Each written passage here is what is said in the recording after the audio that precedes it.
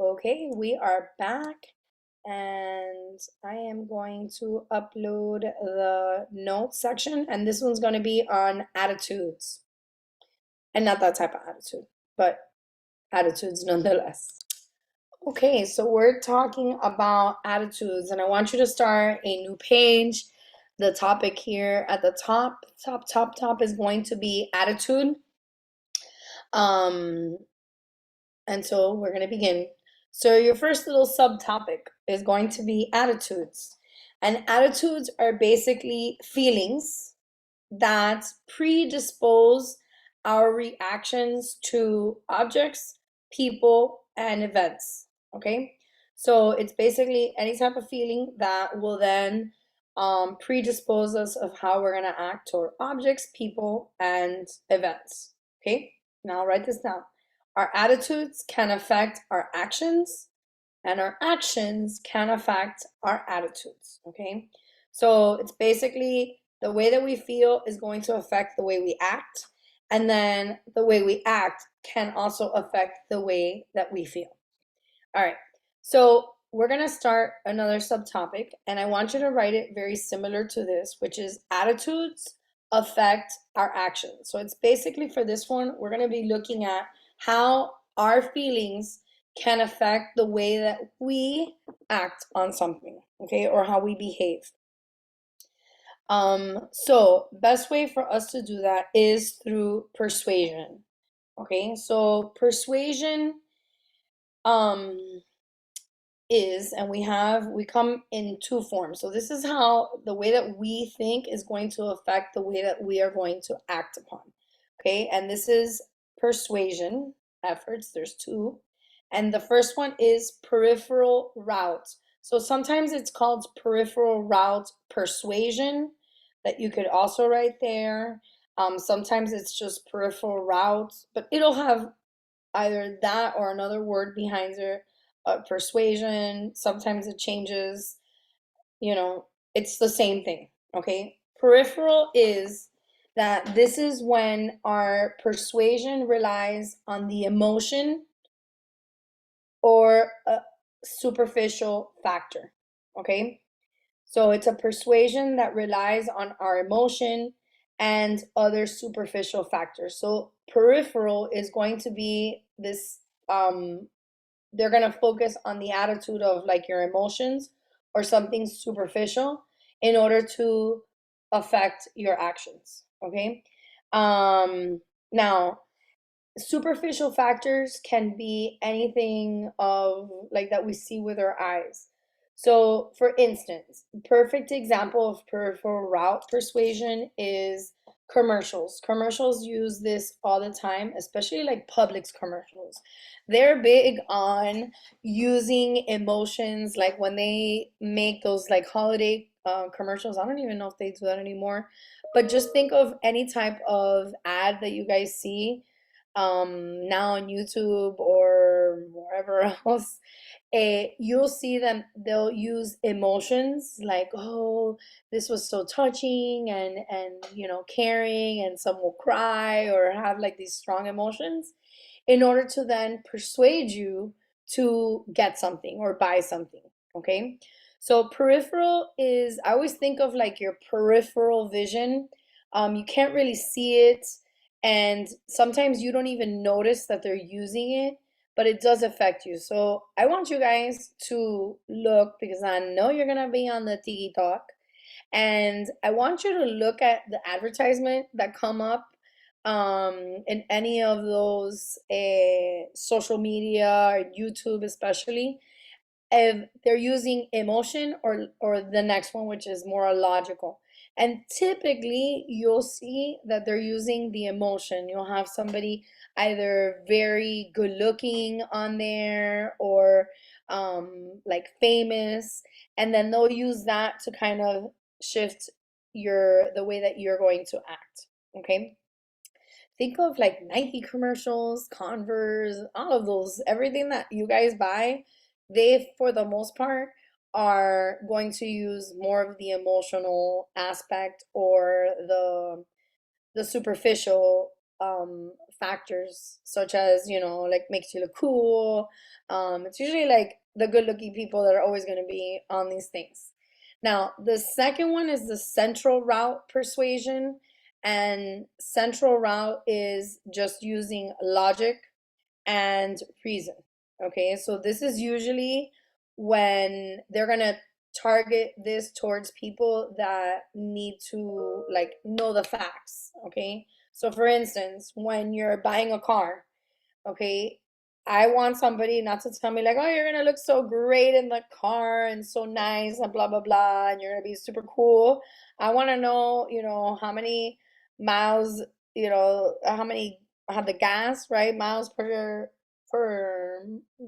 gallon, whatever that is. Can't even think anymore. Um, so, or like buying a house, right? Those things, like, you don't want just like, oh, it's gonna be great, it's gonna be so much fun in there. No, give me some logic and reason in order for me to buy it. So that doesn't happen as often. You tend to see central route persuasion more when they want to give out like facts and changes, they want to change something, usually political or lawmakers, like they want to change something, they're going to give you more of the logic. Okay, so those things is what basically will affect the way that you act. Okay, so moving on from that, then you're going to skip a line, and then you're going to go into next little subtopic is how actions affect our attitude. Okay, so for actions, um which is basically just our behavior, that's going to affect the way that we feel and think. So make sure that you've written that down. And then there's different types of actions that need to happen in order to then shift the way that you think. Okay? And keep this in mind because these are great strategies that if you want to change somebody's attitude, or even you want to change their attitude to take action or their actions to affect the way they think, these are some great ways of doing that, okay? And this is the persuasion tactics. It's also really good to know, one, if you want to go into sales, but also what salespeople do all the time. So I'll be honest, I take this information, and when I'm gonna go get a car, I know that they use all of these tactics in order for, for obviously to buy their product. But it's always good to kind of know this stuff so you kind of are like, yeah, no, that's not gonna work on me, buddy. Okay, so the first one is foot in the door. And don't say this, but this can be used to also influence others or your parents. But I didn't say that, and don't do these things to them. But foot in the door, ready? And it's literally like you're putting your foot in the door. I visualize, I use imagery in which I always think of somebody like tiptoeing inside a room quietly. So, foot in the door is when you ask somebody to do a small thing that's like not as significant, right? We're all writing this down, I hope. Okay, and then usually since it's a small thing, you're like, okay, sure, right? The person's like, okay, they agree. And then once you got them, they're like tiptoeing in the door, then you're like, okay, boom, here's another thing. Why don't you, then you ask for a larger request, okay? So foot in the door is that you start small, like a small request, and then boom, you ask for a larger request, okay? So like for example, when like when you're going somewhere, they're like, oh, just sign up, right? Just sign up with your email. And then you're like, oh, okay, email's not a big deal. And then they're like, boom, here, they're calling you, they're sending you a bunch of emails, they're telling you to sign up. I've made that mistake of like giving my phone number, like, oh yeah, just write it down. We'll just text you. Oh my gosh. And they're like bombing you with like, oh, buy this and last chance, all those things. Okay. So usually they'll start small to then ask for a bigger, um, what's this called? A bigger request. This is another example. Could be like when if your parents or you would need some help, and you could be like, hey, do you mind helping me just like in my closet, just to help me organize? And then while they're there, then the next thing you're like, well, you know what? Well, how about like my whole room? Okay. All right. So then that's foot in the door. Door in the face is when they ask for a large request, okay, that they're gonna say no, right? Because it's like pretty obscene, like, no, that's not gonna happen. So they ask for a large request, the person says no, and then they ask for a smaller request. Okay, so here's a good example, and don't do this to your parents if they're listening. Okay, is like you ask your parents, there's a party, and you're like, okay, if let's say if I say, oh, can I stay till 3 o'clock in the morning? You know that they are gonna be like, no, you can't do that. You're not gonna stay till 3. And then so then you're like, okay, maybe not 3, but can I stay till like 1? And then most likely, not always, but most likely they tend to be like, oh, okay, that's fine. Right? Or if I ask somebody like, hey, do you think that you could lend me, like $30,000? Right? And they're gonna be like, no. And I'll be like, well, okay, do you think like 1,000 is okay? You think you can lend me 1,000? And most likely people would be like, oh, okay, I mean, you could try that, but not sure how much that's gonna work. And then the third thing that's gonna affect your actions, or your actions will affect your attitude, is what's called the mere exposure effect. So, mere exposure effect is the more you're exposed to something, the more you tend to like it. Okay. And this happens with things, with people, with just about anything. So, the more you are exposed, the more you will tend to like it. So, also, repeated exposure tends to also increase your attraction. So, my favorite example, and this has happened to me, is that I'll hear a song for the first time and I'll be like, meh, I don't really like it. But then I keep on hearing it over and over and over again. And then I'm like, oh, it's actually pretty good. Right? So that will change basically the way that you believe, your attitude towards something is that mere exposure. And this can happen with people too. That the more you spend time with somebody or the more you're around them, then you tend to start liking them. Okay? We'll talk a little bit more about that when we talk about attraction. Okay? Now, you're gonna skip a line, and I want you to write how this is a subtopic, social roles, how social roles affect your attitude or your behavior. Okay? So, social roles are kind of how we believe certain groups of people or people should act in like a social setting.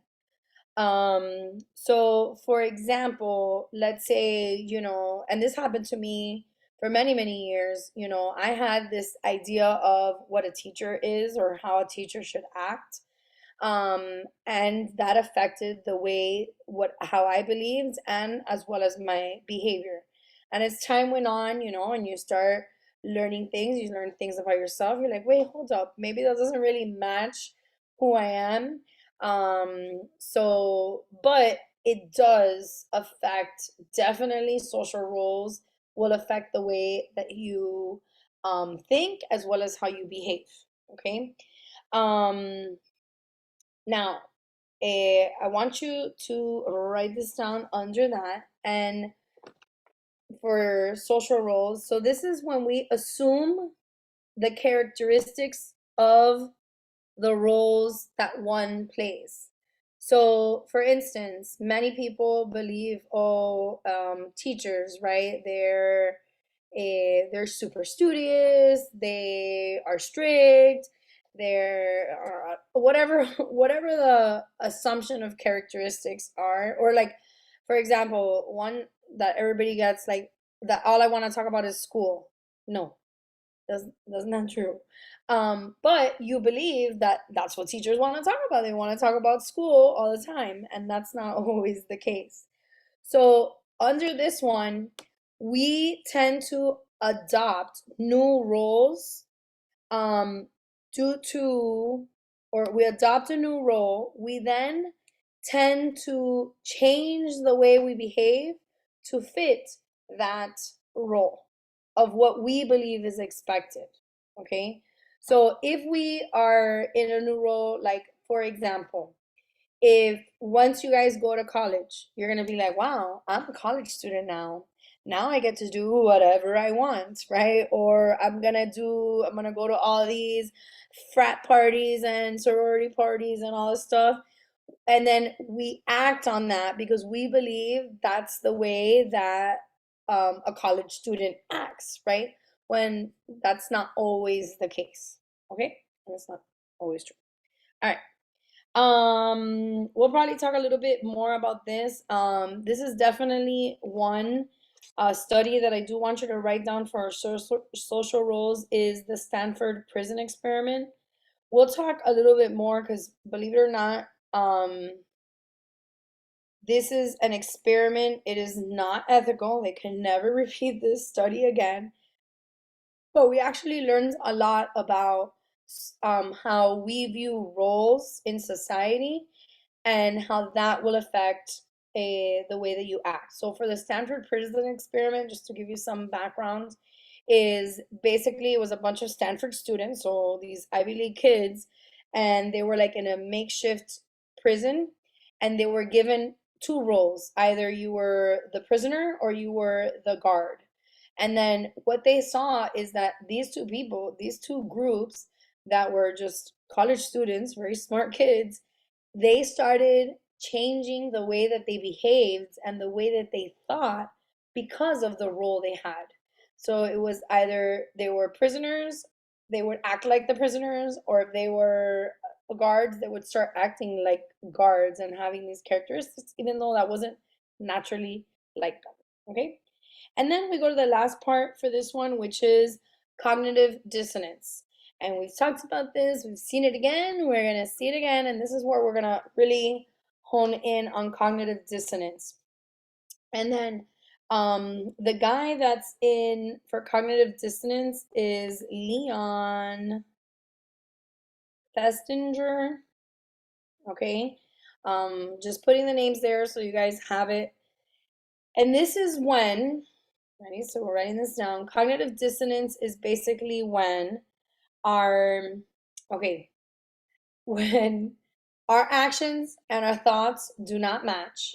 So it's like this is a three-step process that you need to break it down in three steps. So the first one is that it's when our thoughts and our behaviors do not match. Okay? They're not matching.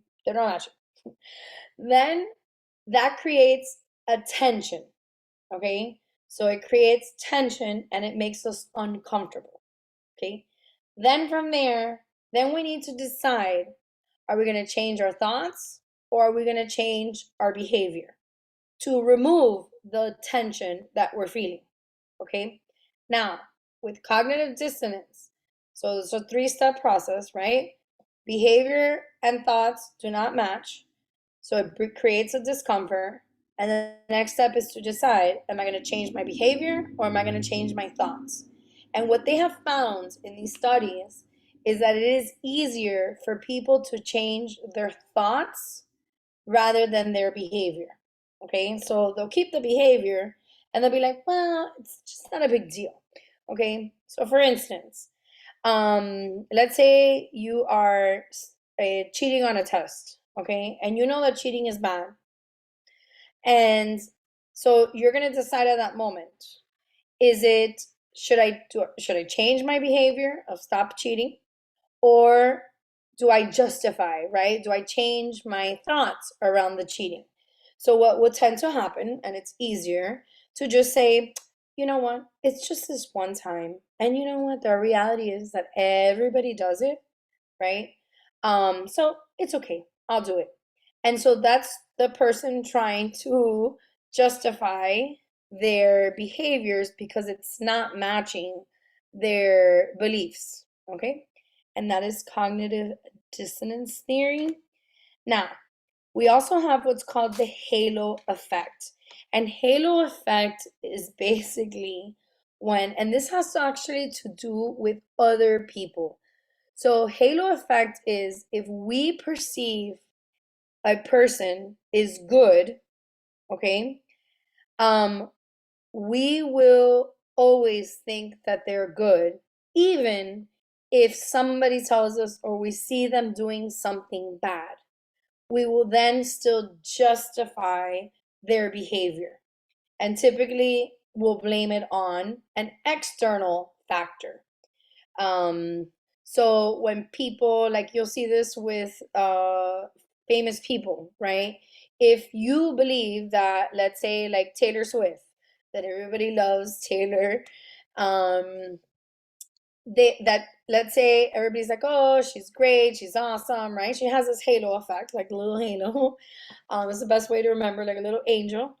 And but if she does something bad, people are not gonna be like, oh, it's her, she's something's wrong with her, or whatever. They'll then instead they will say it's a more external factor that contributed to her behavior and even try to justify the whole thing.